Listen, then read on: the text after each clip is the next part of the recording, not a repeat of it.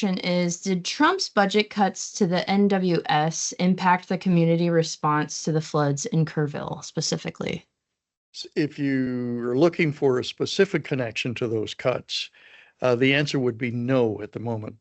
If you're looking for an indirect impact to that, there's a possibility because some of those cuts were to the input to the models that we all use for all forecasts.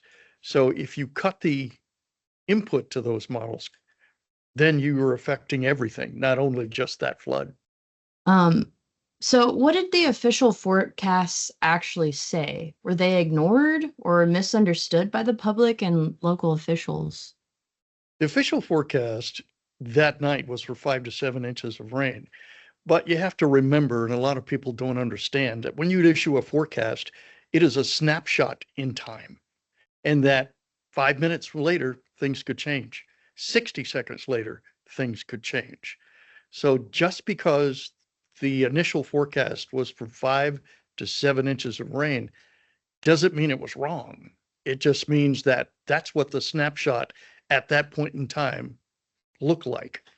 So as the situation evolved, then we saw some heavier rain develop and things just changed up rather quickly. Combination of forces there in the atmosphere are what changed that up. Okay. So did the weather models actually provide enough warning to prevent these widespread casualties, or were the flood conditions truly just unpredictable? Well, there's no way that you can predict specifically how much rain is going to fall. And if you put it into a formulaic question of that, did it do something to prevent warnings? You can't do that. We don't have tools to do that. We have tools to tell you that the atmosphere is definitely getting to that way. That's why that flash flood watch was issued the night before. And people to this day still don't understand the difference between a watch and a warning. When you issue that watch, that tells you that all the ingredients are there for something to happen. It just hasn't happened yet. And that doesn't mean it won't, but it also doesn't mean it will. So you have to be on watch for that time period. So that forecast really was early. There was enough advanced kind of, I wouldn't say warning, but advanced notice that something was going to happen that night. And given that location where it's at, that's flash flood alley. That's flash flood capital of the world. If you issue a watch in that area, I mean, ears should have perked up. Red lights should have started blinking right away because that place has a history of major floods like that. Okay, so now you talked about the difference between watch and warning. Yeah. So for the people that are in that flood alley, when you sent out that, I guess first watch, right? So you're watching Yeah, out. first to watch. It was very early in the day Mhm. that the watch went out. So I guess for the people that don't know, what do we look out for when there is a watch versus a warning? Well, it depends on the type of watch. In this particular type of watch, it was a flood watch, which means that you are going to be looking out for anything that is involved in your area that usually is impacted by a flood. In this case, it's rivers. So they should have started paying attention right away to what the rivers are doing and what the rivers could potentially do. Starting thinking back, okay, what has happened in the past? What has been the impact zone? Am I in that impact zone? And should I take action? Those are the big important things that should have been really rolling through that evening through all the people's minds. Okay. So do you recall the last time something of this magnitude has happened, I suppose, in this area? Yes, this magnitude back in 1987. I was in this market. I wasn't working for this company, but I was in the market and I was the assignment editor for another place. And yes, I saw it all happen. It happened before. There was an even bigger one in 1932. This one eclipsed the 1932 flood. So yes, this place has a long, long history of flash flooding. And it's due to a combination of factors: terrain, slope of the terrain, and the fact that these rivers will move rather quickly once they're in flood. Right. So with these past disaster responses, I don't know if you can give much on this, but do you know if like it's influenced any current protocol? Well, that's an interesting question. Clearly, it did not. Uh, After the 87 flood, in which 2 busloads of children were swept downstream, very much like this, being picked up by helicopters, very much like this one, there was a call to do something. Uh, Here we are, 2025. Nothing's been done. That's about Right. all I'll say on that. Yeah, right. Exactly. So do you think, I mean, obviously our infrastructure isn't ready now, but if we Yeah. expect more of these driven disasters, what should we expect to prevent something like this from happening again, in your professional Well, there are a lot opinion? of things that can be done to work to prevent it, because we can't totally prevent things. Because once you issue a warning, there's a big gap there. Because once you issue the warning, it's up to the people to react. It's up to the people to do something about it.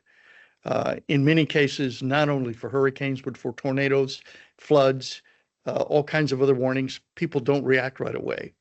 And in a flash flood, if you do not react right away, you may not have time to do anything, because that's not what you do in a flash flood. You react right away. Uh, for prevention, or to things that we need to do, we need to put more gauges on that river. That river is huge, hundreds of miles of river, and there's very few river gauges there. And the river gauges that were there, some of them were compromised because they got hit by debris, went underwater. And so it's really difficult to warn when you don't have any information coming in, when you don't know what the river's doing. So it's difficult not only for the emergency managers, but for flood managers, for meteorologists to know what's happening if that data is not there. So we need more river gauges. We also need more education to people to understand that perhaps these places contain a risk that we shouldn't be there, or maybe we should move to a different location. There are a lot of things like that. We need more education about what to do when a warning is issued or when a watch is issued. So that's a combination of adding infrastructure, whether it be gauges, sirens, better cell structure, better cell reception, and education about what to do and how to react. Any of the budget cuts that Trump played with the NWS, did it factor into any of that you just mentioned, the infrastructure, the gauges, the sirens? Do you know if they, You know, I guess, that cut that? that problem has been ongoing since 1987. Wow. So it's not a factor of who was the president or who is the president. It's a factor of local government and state government. And clearly, somebody has not stepped up to take care of that. It's not the federal government, it's the state. Right. So, in your professional opinion, what would you, I guess, what would you tell the public to do regarding that with their local governments? I would get a hold of all your representatives and tell them what you want done, whether it be adding sirens, whether it be adding gauges, whether it be adding more funds to get more people in the emergency management crews, more meteorologists in the Weather Service office, whatever you want to have done, contact your representative. I guess one last question I have is, would you describe what the National Weather Service like just plainly does for the public? Oh my gosh, they do so much. We don't fully understand what they do, but we see just the forward part of that little forecast that comes out every day and the 7-day forecast. But there are big, huge components of the Weather Service that do research, that do model development, that do all kinds of other things. I run a podcast and I talk to researchers in the Weather Service and in NOAA almost every week. And this week there are some new things that they're willing or wanting to try but are unsure if they're able to at this point. But we're trying to get some advances going, and the Weather Service is much more than just that little daily forecast that you're going to get. It's computer models, it's research in the upper atmosphere, it's understanding how El Nino and La Nina impact us, it's understanding how drought works and how to forecast it, how to measure things that happen out in the ocean and how they impact how much rain we get into the atmosphere. So that it goes beyond the forecast.